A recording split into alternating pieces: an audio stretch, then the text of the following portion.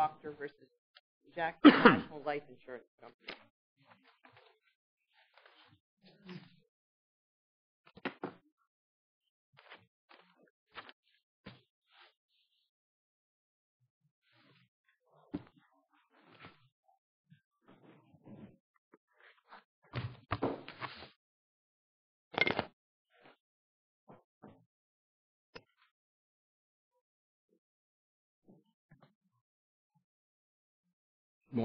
Morning, Your Honor. I'm Gary Polikoff. May it please the Court. I represent Nancy Wactor, who is the appellant, also the plaintiff. She is also the sole beneficiary under this life insurance policy. She is the wife of the decedent, and she's PR of the estate. William Wactor, her husband, paid 19 years on a 20-year term life policy. In his last year of the 20 years of the policy, he suffered from dementia and cognitive loss. He apparently missed the last two payments under this policy. Over the course of the policy... For the whole 20 years, the policy would have been his and he would have had no further payments. Is that right? This was a term life. That's what I thought, so that's why I didn't understand. What do you mean a 20-year term policy? The term was for 20 years. He paid all the payments. It expires at the end of the 20 years. So if he paid the whole thing and he died, another person paid a 20-year policy and dies in 22nd year, he's not being paid anything under the policy. That is correct. It's not a whole life policy. It's a term life. And Your Honor is correct that that's how the term would have worked. He was still in the 20 years, in the final year of the 20-year term after having paid the 19 years. He suffered from dementia, apparently missed the last two payments. Over the course of the term, there had been a course of dealing established. He had been late with his payments 22 times, admitted by the defendant, and on those 22 occasions, late payments were accepted. The payments were quarterly? Quarterly at that point. Earlier in the term, they had been monthly, but they had been changed to quarterly. And at this point in time, the last few years, it was quarterly. On those 22 occasions where he had late payments accepted, there were notices provided, and apparently the notices were actually not only mailed to him, but actually furnished to him, a distinction between mailing and actually furnishing to him. In any case, on June 10 of 2010, Nancy, the wife's sole beneficiary, telephones the defendant. She reports, and this is all the transcript is in the record, reports that he has Parkinson's disease. The representative on the phone pulls it up on computer screen and says, "We show the policy lapsed." The wife says, "Can I make up the payments? If you'll tell me how much, I'll make up the payments." They refuse to give her any information. They say that the policyholder must call or a person with a power of attorney. She says, "I have a health care power of attorney." He says that's not sufficient. He says, "Have the insured call us," and the wife ends the conversation saying, maybe he can at some point, but he's not able to at this point. In the policy, there's a crucial clause called reinstatement, and the section in the policy is titled, "How a Policy in Default May Be Reinstated," simply by providing evidence of insurability and catching up the payments with interest. To refuse the information to the wife to allow her to use that policy, to use the right of that reinstatement, which is in the policy, the defendant arbitrarily uses this clause called the, quote, privacy policy to refuse information to the wife. Now, in the privacy policy, the defendant, the insurance company, has the right to give any personal financial information of the insured to any affiliated parties and unaffiliated third parties. Anybody it chooses to, affiliated or unaffiliated third parties, the insurance company can give financial information to. Yet it uses the privacy policy as a sword against the wife and refusing to give her the crucial information she needed, which was, here's what you need to do, catch up the payments, here's the amount that you owe. And of course, she could have also determined immediately that all she needed was a letter from the doctor likely to satisfy the evidence of insurability. In any case, they refused to give her any information. As to the privacy policy, I took the depositions of the vice president of claims for the defendant and a customer service representative and others. They're unable to say who the unaffiliated and affiliated third parties are who can receive information. They're unable to give us any guidelines as to how to determine who the third parties are who can receive personal financial information. and they can't tell us anybody at Jackson National who has the answer to those questions. Yet they use it when it suits their purposes to refuse the crucial information to the wife. Who was this person on the other end of the phone? A service representative, her name is in the record, a low-level service representative, but she's able, admittedly, to pull up his entire profile on the screen. Now, was that person proposed? No, but other people were who adequately described the scenario and the situation. You have the one side of that conversation, the record here from your client. No, the transcript of the entire conversation is in there and recorded. It's recorded.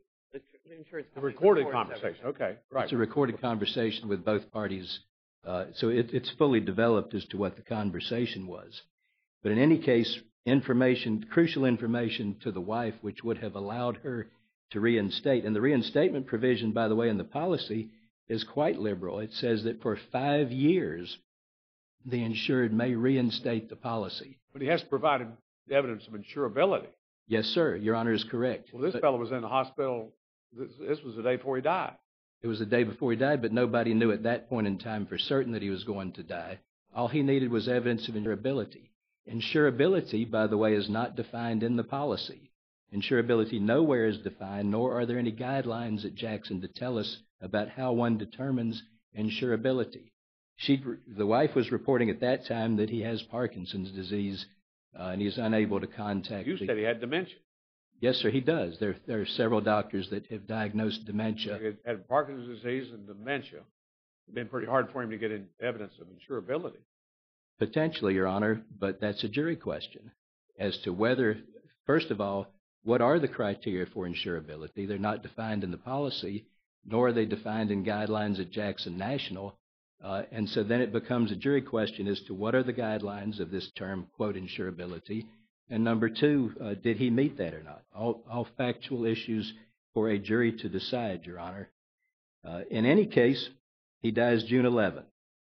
June 16th, the defendant commits fraud. They issue a letter which is absolutely false. They have a statutory duty and a duty established by case law in South Carolina to do a reasonable review and investigation. They issue a letter dated June 16th. It bears a signature from a Vice President Fields.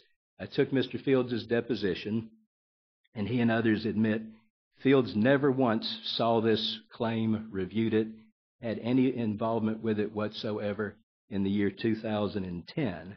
It was not until a few days before his deposition in October of 2012 that he had any review whatsoever of the policy.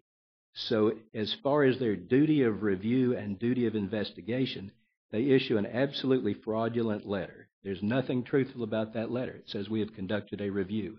Mr. Fields admits that he had conducted no such review, nor had any other review been conducted at that point in time. The letter was simply fraudulent and false. After that, a low-level customer service representative, Kevin Schweda, looks only at the computer log to see that, according to their computer log, that notices were sent, and he looks at the date of death. He says that already he knew that the vice president letter had gone out. Apparently it's a computer-generated letter, and the company puts his signature on it. He doesn't actually review it, have any involvement with it, or sign it.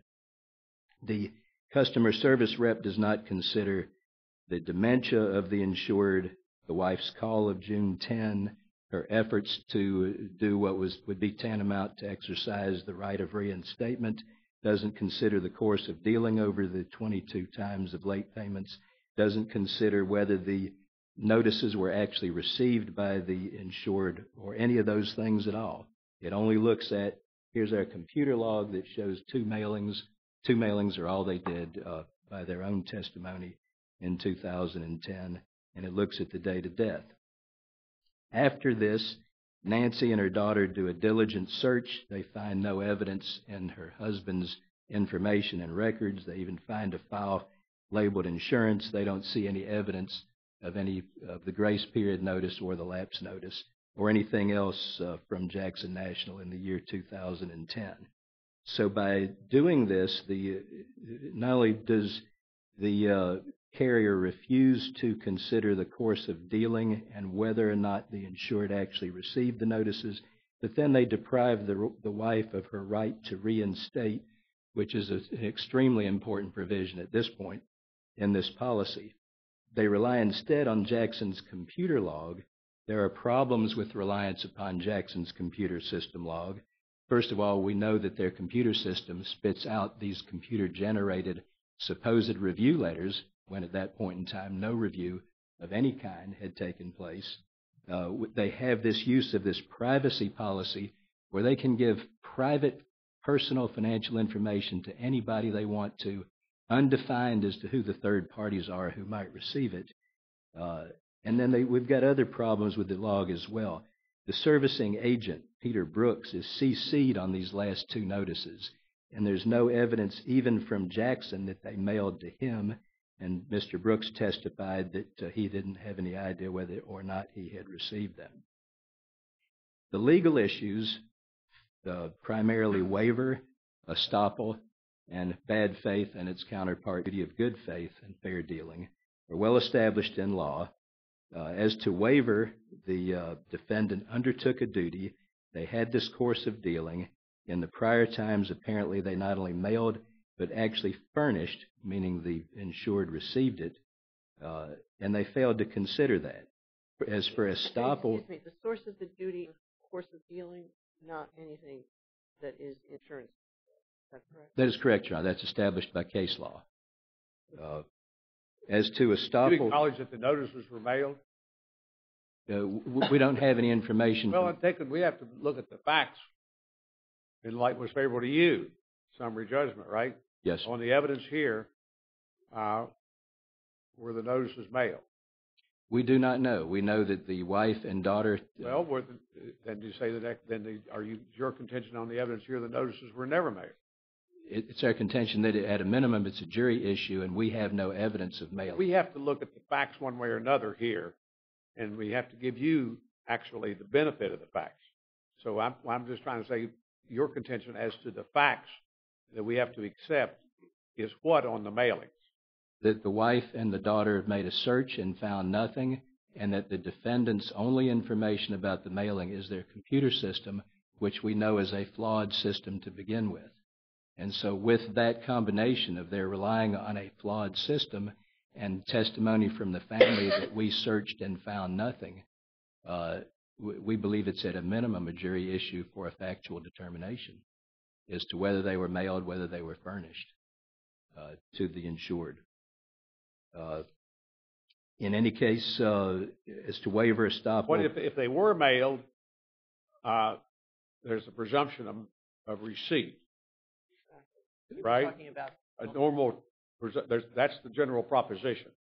That's something that's placed in the regular mail, is received, if it has a stamp on it, and that properly addressed, it's received by the person it's mailed to. We believe that under the... That's the law, right? There's a presumption of receipt.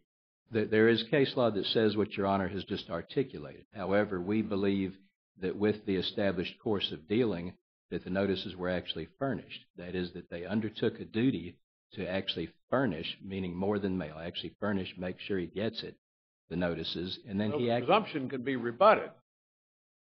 It's a rebuttable presumption. The presumption can be rebutted, presumably, by evidence to show that it was never received. And we, of course, Mr. Wactor is unable... I'm just trying to figure out if you admit that the presumption applies here, and your position is you rebutted it. We believe that the course of dealing, where 22 times they actually furnished the notice to him. Well, that's where you got the notices and paid the things within the grace period. Yes, sir. Here, you're equivocating on whether you got them or not. But there's no equivocation on whether you paid them. You didn't pay them. There's no evidence of payment. I've given Your Honor all the evidence that we have as to the issue of mailing. But whether you got the notice or not, the premiums were due quarterly, and everybody knew that. Premiums were due quarterly. I mean, but if he had dementia, maybe that's an issue. But the wife knew it. The beneficiary, she knew that there were quarterly payments due on the life insurance policy. She had been making some of them, but she'd made several of them herself. She had made some of them. Now, she didn't know the exact dates they were each due because he primarily handled that. And she had written checks. She knew about how much money it was. Why didn't you just send a check in? She had, and frequently that he would ask her, would you make the payment, and then they maintained separate bank accounts, and when she would make the payment, he would reimburse her for it. But it was him coming to her all those prior occasions saying the payment is due.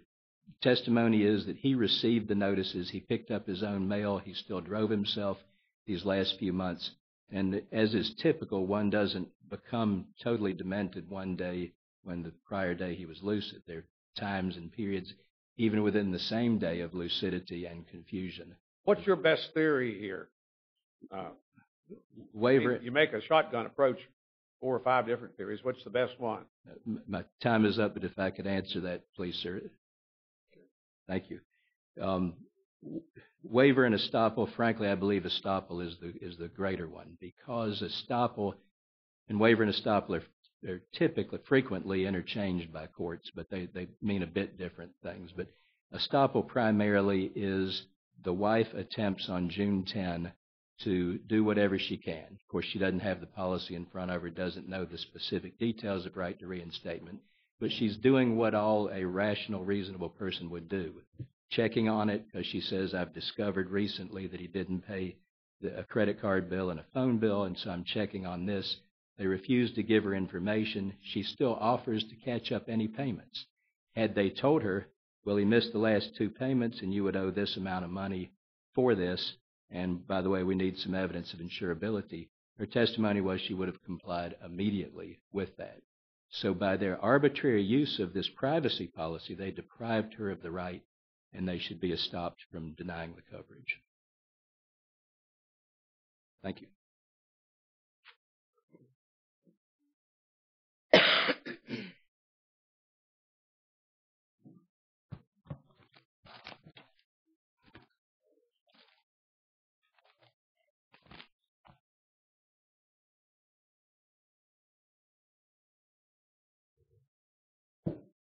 Good morning. May it please the court. I'm Chuck Turner here on behalf of Jackson National Life. We essentially have 5 causes of action in this case: breach of contract, equitable estoppel, unjust enrichment, bad faith, and a failure to act in good faith. What I'd like to do is, there's substantial disagreement over the presentation this morning of what the facts in the record in the joint appendix are. What I'd like we have to take them in the light most favorable to his client. Yes, sir, I agree with that, except they've got to be established in the record. It's got to be in the joint appendix for the appellant to rely on. It has to be in the record. It has to not be in the the joint appendix. It could be left out of the joint appendix. It has to be in the record. I think it's no dispute between us that everything that's in the joint appendix was presented to the lower court and in the record. What I'd like to do is start with the contract, the policy itself. The policy requires that premiums be made on a quarterly basis. That's a quarterly basis payment that Mr. Wactor himself had chosen. As described earlier, this was a term policy, which means as long as he makes the payments at the start of every quarter, he will get life insurance for the course of that quarter. And the quarterly payments were the same for 10 years or something? Initially, it was a $400,000 face amount, and he reduced that to $200,000 at some point about halfway through.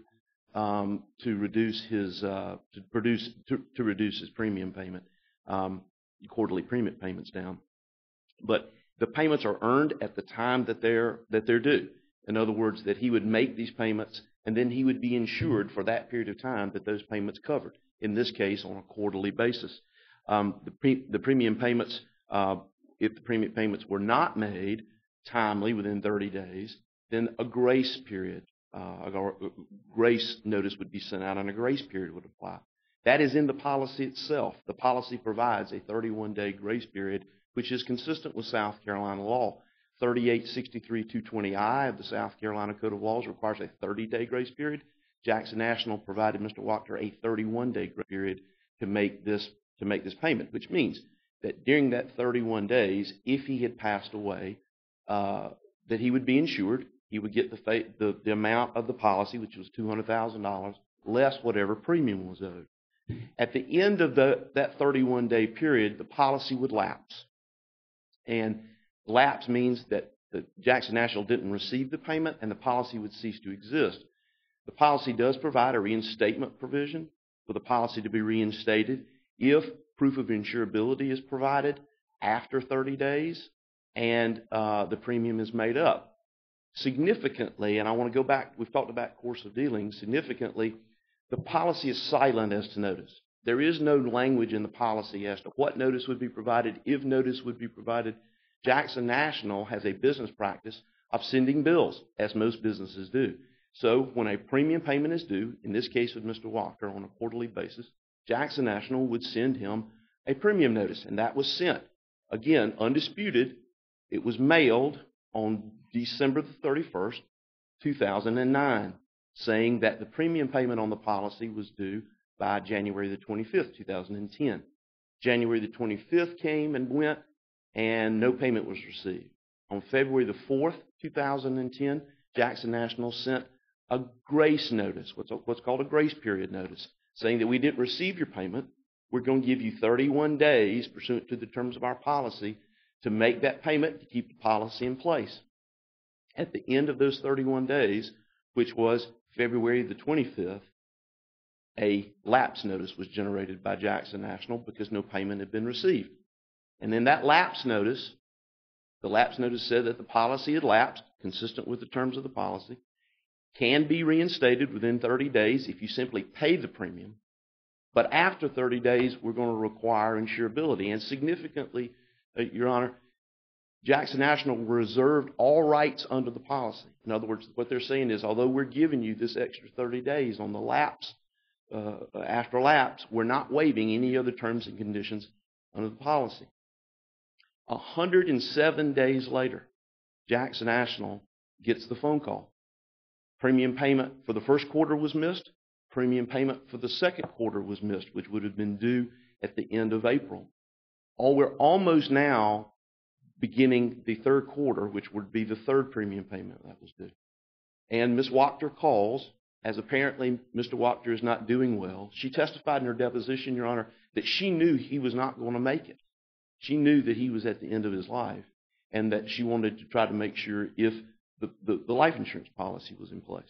She calls Jackson National on that day, June the 11th, 2010, and asks them the status of the policy. Keep in mind that Ms. Wactor has no rights under this policy. She has no right. She's not an owner of the policy. She's not on the policy to receive information.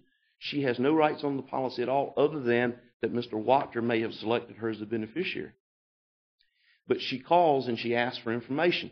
And the customer service representative initially was hesitant to give her that information because she was not the owner of the policy. But she ended up giving her the information, saying that the policy had in fact lapsed.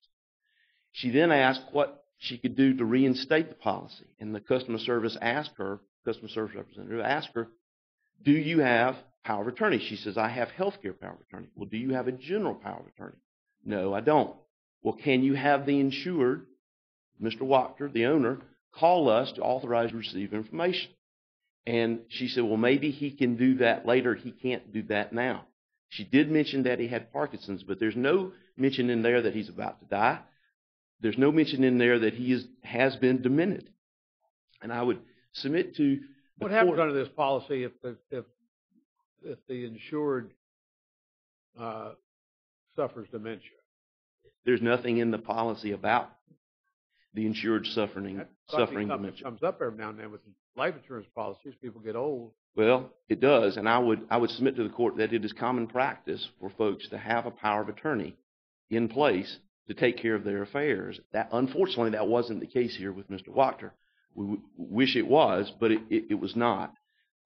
It's a generally accepted practice to have power of attorneys, especially if you know that you're declining in health. I'm sorry, Your Honor. It wouldn't have made any difference in this case by the time of the phone call, would it?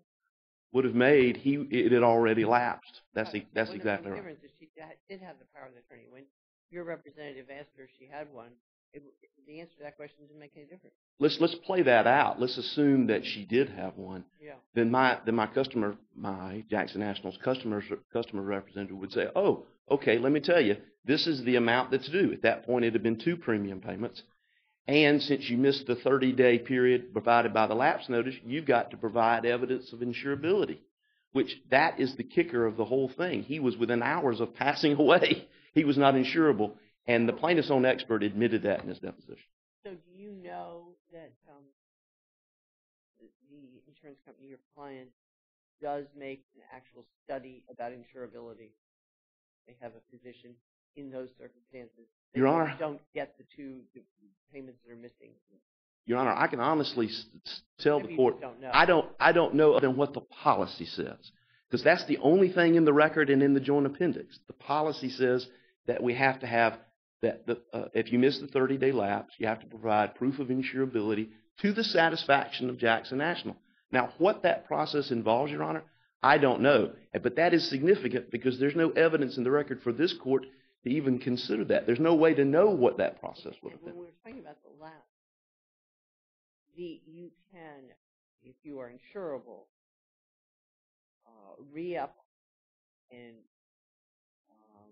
make a lapse policy effective at any time? 7 months past, 8 months past? There's a 5-year limit under this particular policy, which is 3 years more than South Carolina law requires. South Carolina law requires 2 years for reinstatement upon payment of premiums and proof of insurability. We started out talking about how this is a 20-year policy. So how does that work? Your 20 years are expiring. Your Honor, I'll be honest with you. I'm embarrassed to say this, but I think it's a 10-year term policy. I think he had a term policy for 10 years. As I recall, I think he had a 10-year term policy that he renewed for another 10 years, and in the process, Is that when the when he changed went from 400,000 to 200,000? Yes, sir. Yes, sir. And I'm not older, and the premiums were going up. And Yes, sir. And they reduced the amount of the benefit. Yes, sir. And he also changed his payment schedule then too. He went from a semi-annual to a quarterly payment as well. And I'm not sure in the end, Your Honor, that makes a huge amount of difference. It's a term policy, which means as long as he's making his payments during that term, he is insured. There's been an allegation in this case that Jackson National somehow deprived him of the benefit of the bargain. And I asked Mr. Finkel, the plaintiff's expert in this case, and I asked him, I said, how did Jackson National deprive the benefit of the bargain if Mr. Wactor made payments and he was insured during the period that he made the payments? And he agreed. He said, no, he got the benefit of the bargain as long as he made the payments. And I think that hits to the heart of this case. If he died 6 months earlier, she had got her $200,000. Exactly. He missed those payments, whether it be by dementia, whether it be by simple oversight, whether it be by intent. I don't think that's likely, but I think it's definitely possible. We don't know why he didn't make the payments. And I think importantly, it's not up to Jackson National to deign or investigate why the payments weren't made. It's still an arm's length business transaction that Jackson National has to assume he's going to take the affirmative steps to pay his policy. Is your position it doesn't make any difference whether you sent those notices or whether they were received or anything? Your Honor, that's a red herring here. Yeah, I think it is. The notices themselves. Let me clarify this. We've talked a lot about the notices. The notices themselves do nothing but confirm the terms of the policy. The terms of the policy are you will pay on a quarterly basis. And it gives them a form to send back with the check. With the check. It's nothing but a bill. Does the policy require a notice? No. No, it does not. The policy doesn't require notices. Now, Jackson National has a business practice of doing that. It's nothing more than a bill, and they have to provide the grace period notice because that's what's required by law, which they do. And he took advantage of that 22 times. Mr. Opposing counsel, Mr. Polikoff, wants to make an issue that we accepted late payments 22 times. They weren't late. We have to accept those payments as long as he pays them. Within the grace period, and you take the position that this one was beyond the grace period. There was never a payment made. Grace period. There was no payment made. If she had attempted to make payment in June, which she could have. Well, but if your person on the other end of that phone call had said, send us a check for $2,550 and evidence of insurability, and they'd sent you a check and something else that they said was evidence of insurability, would you have been obliged to accept the check? Well, Jackson National would have to look at the insurability. That's the first. What about the check? Would you put the check in the bank? Well, I think if they're not insurable, the check would have to be returned. No. So you wouldn't put the check in the bank No, I don't think we put the check in the bank. I mean, we're dealing with hypotheticals, Your Honor. We're way beyond the record, but you yeah. brought it up. You said that if she'd had a power of attorney, you'd have told her what to do. Would have told her what to do. Now, that gets to the issue of what did we tell her. It says at the bottom of the form, it says amount due, $1,273.05. And then there's a blank amount enclosed. And you say there were two of those that were late. There were actually three of those. There was the premium payment notice in December, the grace period notice at the end of January, and then the lapse I'm talking notice. about the amount of money they owed as of June. That would be twice $1,273. Yes, sir. And she, as you noted in your questioning opposing counsel, she knew that. She had made 10 of the last 13 payments on this policy. She had knowledge of how much the premiums were due and how much he had to pay. Should have sent y'all a check rather than making that phone call. Well, and if you'd put it in the bank, it'd have been a tougher spot. Exactly. And normally in these cases, at least what I've dealt with and what I've seen reported in reported cases from this court and the lower courts, you're typically in these kind of cases, you're dealing with an act by an insurance company that somehow leads a person to believe that they're going to accept payment or they're going to do something to keep the policy in place. There is a true estoppel issue. In other words, the insurance company, because of a prior action, is a stop to deny that in this particular case they're not going to cancel the policy. Jackson National, through its course of dealing or its business practices or anything with William Wactor or Mrs. Wactor, did nothing to lead them to believe, have a reasonable basis to believe that Jackson National would not cancel this policy if he did not make payment within the 30-day lapse period or within the time given. They simply did not. They had never taken late payments beyond the grace period. They had not done any act to lead Mr. Wactor to believe that you can sit back and wait and pay whenever you want to. They had never led Mrs. Wactor to believe, even in the phone call, that she could do anything more than get evidence of insurability and make the premium payment or get him to authorize her as his representative, either through a power of attorney, guardian ad litem, or a simple phone call from him.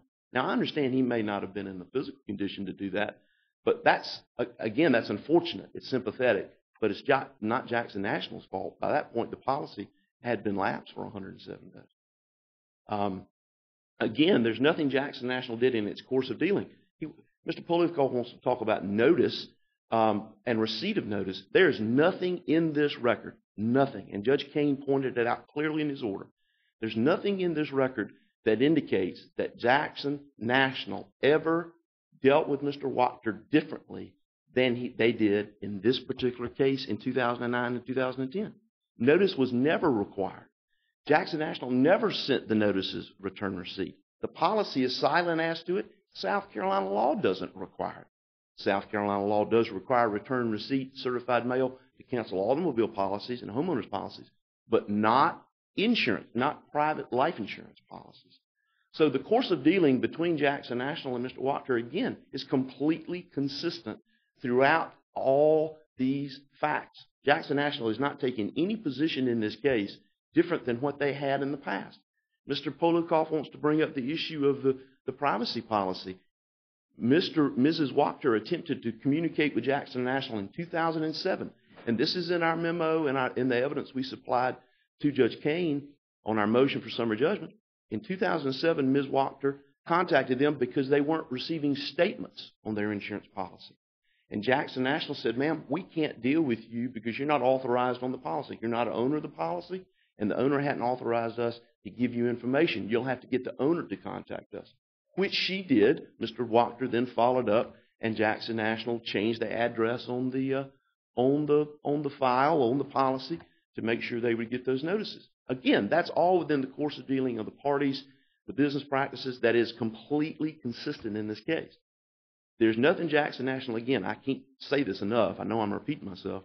There's nothing Jackson National did that they should be stopped to deny they have the right to cancel this policy. There's nothing they did that led Mr. Wactor to believe they wouldn't cancel the policy. Mr. Turner, I think we've got your argument. Why don't we hear from you? And on the bad faith side, even Mr. Finkel, the plaintiff's expert, agrees that there's a reasonable basis to deny the claim because the policy was lapsed. I know Mr. Polikoff says the letter is fraud. It's not fraud. The policy had lapsed, and there was no coverage when the letter was sent. Charlie Fields, his name was affixed electronically. His department generates those letters. There was an investigation. They certainly looked at the policy and found out it was lapsed. There's no dispute that the policy's lapsed. Mrs. Wactor and their expert, Mr. Finkel, concedes the policy had lapsed. So there is no bad faith here because we had a reasonable basis to act as the way we acted. There is no investigation that should take place other than determining what the status of the policy is. I realize Mr. Polikoff wants us to go back and look at the reasons why the payments were made, but that simply is not required by the policy, and it's not required by South Carolina law. It is a sympathetic case, but I can't imagine Jackson National could have done anything more than they did. They sent 3 notices. There's no history of requiring receipt. There's no evidence in the case he did not get them, and there's really no dispute about that. Thank you very much. Thank you very much.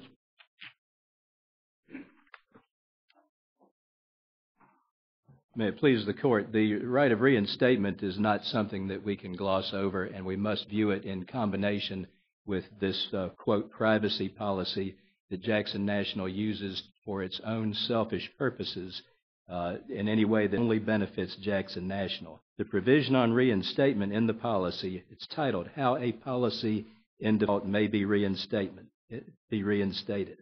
Quote, this policy may be reinstated within 5 years after the date of any past due premium. Reinstatement is subject to, and it provides 2 conditions, receipt of proof of or evidence of insurability is what it says, and then payment of the past due premiums and any interest. When Nancy Wactor called on June 10, she had no idea how much was owed. Had they told her, she said her testimony was, I would have gotten them a check immediately. She had no way to know what to put in the check. She didn't know how much. Well, she knew that she owed 2 of the quarterly premiums of $1,273.05 plus 6% interest. No, so she didn't know that on June 10th. She didn't know if he had missed payments. She was calling to check on status because she had recently learned that he missed his credit card and phone bill payments, 2 things that he also handled himself. She didn't know if he had missed payments, and if so, she didn't know how many payments he might have missed. So she's calling to see what's the status, number 1. They say it's lapsed. And then she says in the transcript, if you'll tell me, I'll catch up the payments. And then her deposition testimony was, I would have paid that immediately. She had no idea as to what to put into the check. Now, my counsel for defense says, quote, she has no rights under the policy. But under this privacy policy, Jackson National, for its own selfish purposes, can give personal financial information of William Wactor to non-affiliated third parties whom it doesn't define, who it can't say who they are, can't tell us any person at Jackson National who can tell us what third parties can get his information under the policy, nor can they tell us any guidelines for who these third parties are. In other words, if it suits Jackson National's purposes to give his personal financial information out to non-affiliated third parties, they can do it. But to the wife, who's the sole beneficiary, the wife, she's been in the picture these whole 19 years, she has no rights. So what Jackson National is doing is they're nullifying the right to reinstatement, which is provided for by statute and extended to 5 years in this policy. They nullify her right to make use of that by this arbitrarily used, quote, privacy policy where they can give his personal financial information to anybody they want to, undefined, but decide when it's wife's time to try to reinstate a policy that's 19 years into it for a man 74 years old who apparently has some medical issues. Let's don't give the information. That's Jackson National. The established course of dealing is to provide notice. They had established 22 times providing notice by course of dealing. Case law in South Carolina specifically says that insureds can rely on the course of dealing, and insurance contracts can be modified by the course of dealing, which is what occurred here. Jackson National doesn't have standards for defining insurability. They don't have defined standards for who they can give information or withhold information from because they use those things for their own selfish needs and contrary to the needs and rights of its insureds. Is Jackson Kelly publicly held corporation? Jackson National? Yeah. I assume that it is. I'm not. Well, its unselfish needs are the needs of its shareholders or the owners. I mean, they have a fiduciary duty to act in response to those needs, right? To its corporate family. I mean, you know, corporations have rights too, apparently, in the United States of America. Certainly they do, but here they've got provisions. Corporations are people, some of our leaders. I understand that ruling, Your Honor. Here, though, we've got a policy where the policyholder, which drafts the policy, and again, ambiguities in a policy are to be construed. There's no ambiguity. Well, what you're relying on. There may be. I'm sure there's some ambiguity in this insurance policy, but none on which you rely. But what the insurance company does is by failing to define things like insurability and failing to define who they can give information to and who they should withhold information from. Any person that is on his deathbed, it seems to me, is by definition, by any definition you want to use, uninsurable. My time is up. May I answer? That question. That's hindsight, Your Honor, and it's a jury issue. Well, but if it would take some amount of time to procure that, it wouldn't have been hindsight by the time they made the determination. Had the wife been given the same information that non-affiliated third parties... On the day she called the day before he died, right? She'd have issued a check, and she'd have gotten a letter from her doctor as to what his condition was. And then it's a jury question as to, number one, what does, quote, insurability mean, because it's not defined in the policy. But it says insurability as satisfactory to the company. But satisfactory to the company. In insurance law... So they're the ones that have to decide. It does say that, Your Honor. Under the policy. But those things can't be arbitrarily determined, and they can't be unreasonably determined. That goes back to the duty of good faith and fair dealing. An insurance company can't have vague terms and define them as they please to nullify what's a statutory right, which is what they've done. The effect is to nullify the statutory right and the policy right of reinstatement. Thank you very much for your argument. We will come down and brief the lawyers, and then we'll take a short recess. This honorable court will take a brief recess.